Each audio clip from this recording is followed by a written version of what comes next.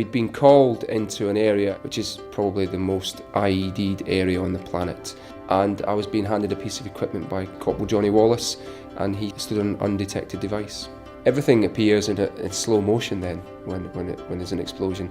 I was blown outwards into an uncleared area, and Johnny and the other 3 were injured, some of them with quite horrific injuries. We cycled from Land's End to John O'Groats to raise money for Blesma. It was really a mad idea I had. He wanted to be able to give the lads something to focus their rehabilitation on, and it gave them a sense of being and a sense of achieving something. There's not many soldiers can say they cycled from Land's End to John O'Groats, particularly soldiers who less than a year before were involved in a major explosion. Davy Timmins, because he's only got one eye, he had very little balance on his bike, and I thought he was going to get wiped out by a bus on a number of occasions. James Marsh was in a lot of pain, but he soldiered on, he carried on cycling, he didn't give up. They all provided a lot of support to each other. They really dug out blind. The lads got through it and they were amazing.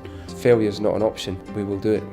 And I think the great British public, if they know your story, I think they can be very generous, and I think that was the case. We'll have raised in the region of about £41,000. I'm chuffed to bits, but I'm more chuffed for the young lads that did it. You know, I'm able-bodied, I didn't have any injuries. It's them who the bike ride was hard for. It was a privilege to actually conduct the cycle ride with the lads, to see what they'd actually been through and actually seeing them with their injuries and seeing what they've come from. And I'll never forget the first time I went into the high dependency unit and David Timmins was laid in the bed, and the way he is now is just phenomenal.